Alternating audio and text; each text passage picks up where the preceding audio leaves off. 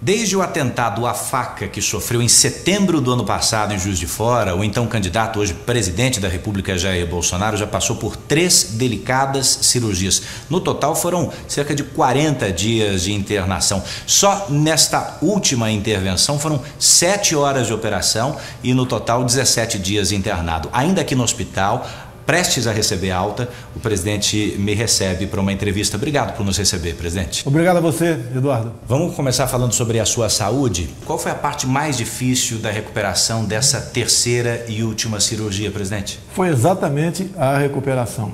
Porque a cirurgia, sendo realizada em 7 horas, eu tive efeitos, sob efeito de anestésico o tempo todo.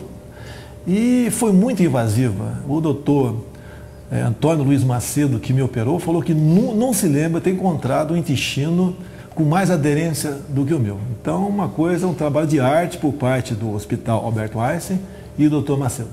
E o senhor teve febre também, teve complicações difíceis, não? No meio do caminho, consegui adquirir uma pneumonia. Isso atrasou em muito a minha recuperação. Mas, graças a Deus, estamos prontos para voltar ao batente de Brasília. O senhor vai sair do hospital daqui a pouco sem que o seu governo tenha conseguido ainda unidade, consenso em torno de uma proposta para a reforma da Previdência. O senhor já me disse algumas vezes que a proposta boa é aquela que passa no Congresso. Em relação à idade mínima, há possibilidade de algum consenso político? É lógico que haverá consenso, né? Na tarde de amanhã, eu estarei batendo o martelo na reforma que será encaminhada ao Parlamento. A grande dúvida na idade foi se passariam para 62 ou 65 os homens, né? E para a mulher, para 57 ou 60. Isso será decidido amanhã. Mas é uma transição, portanto, até o final do seu mandato, subindo gradualmente essa idade. Se for o 62 e 57, haverá uma transição, obviamente. Por outro lado também.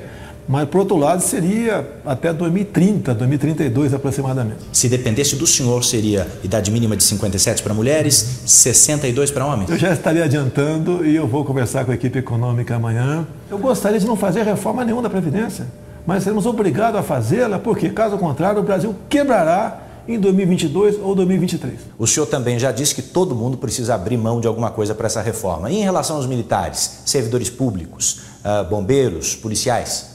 Pode ter certeza, o que for colocado para os militares das Forças Armadas será também para os policiais estaduais, para os bombeiros e, com toda certeza, para os policiais civis. Será muito parecido à nossa proposta, que chegará na Câmara num segundo tempo. Até porque, para nós, não depende de proposta de emenda à Constituição. É um simples projeto de lei.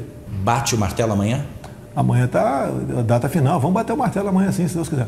Ainda sobre segurança pública, nós tivemos hoje a transferência de um dos principais líderes de facção criminosa do país. Como é que o governo federal acompanhou isso? Primeiro, deixar bem claro, Eduardo, que é uma ação do Ministério Público do Estado de São Paulo, pedindo a transferência. A liminar foi concedida. E hoje, a partir das 6 da manhã, começou efetivamente essa operação. Obviamente, no tocante à União, ao governo federal, nós acompanhamos, né?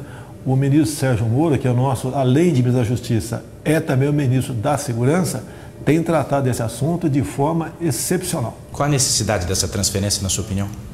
Olha, o que se alega é cortar as vias de comunicações destes com os que estão aqui fora. Brumadinho, presidente, o seu governo vai continuar apenas contabilizando as vítimas fatais dessa tragédia ou é possível fazer alguma coisa a curto prazo para que tragédias assim não se repitam?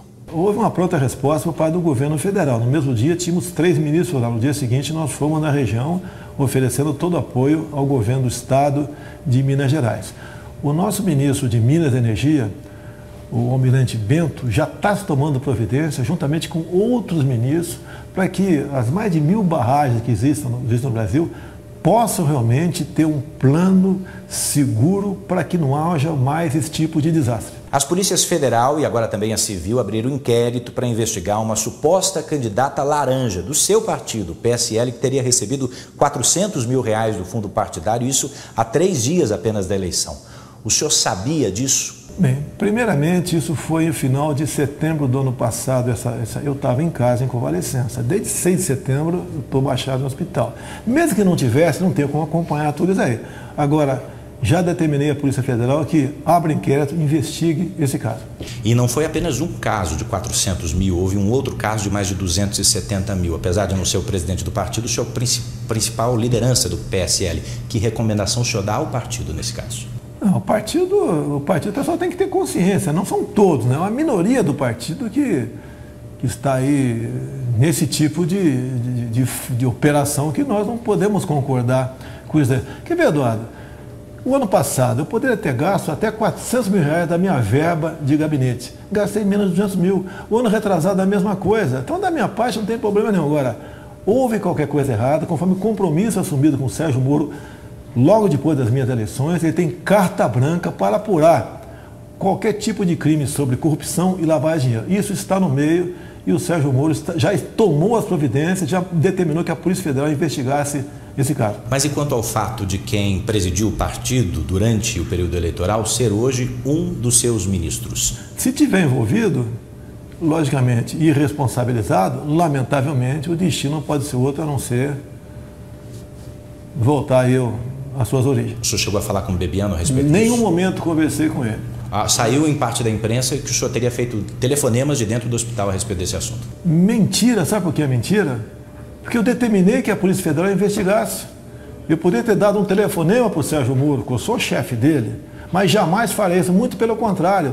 Determinei ao Sérgio Moro que, dentro da sua esfera de atribuição, se fosse possível investigar, e está sendo investigado. Essa é a resposta que eu dou para todos aqueles que tentam praticar corrupção no Brasil. Qual a avaliação que o senhor faz do seu vice, o general Mourão, no período de interinidade em que ele ficou, no curto período que ele ficou no seu lugar na presidência? Olha, o general Mourão foi escolhido por mim para ser vice, é um colega da Academia Militar das Agulhas Negras, paraquedista, e ele passou com certa, no meu entender, tranquilidade, que pese em alguns momentos ele dá uma escorregada no tocante à declaração junto à mídia, até porque falta ali o tato para conversar com vocês. É aquilo que o senhor chama de canelada? De vez em quando acontece, eu já dei muita canelada no passado. Tá? Vou conversar de novo com o Mourão, nós temos um bom diálogo, um excelente diálogo, e pode ter certeza, cada vez mais o Mourão estará preparado para, numa eventualidade, me substituir. Houve algum desconforto nesse período em relação à classe política, ou mesmo entre seus filhos? Olha, parte da mídia tenta me jogar contra meus filhos contra mim. Não existe isso. A mesma coisa no tocante ao general Mourão. Até pintou notícia na mídia durante a minha estadia, vamos assim dizer, aqui no Albert Einstein, de que os generais queriam que o Mourão assumisse e eu me afastasse. Isso não houve, isso não ocorreu. Estamos muito bem, o governo está indo muito bem, graças a Deus, em especial no tocante a esse entendimento entre nós. Presidente, mais uma vez, obrigado pela entrevista. Obrigado, Ana. Satisfação.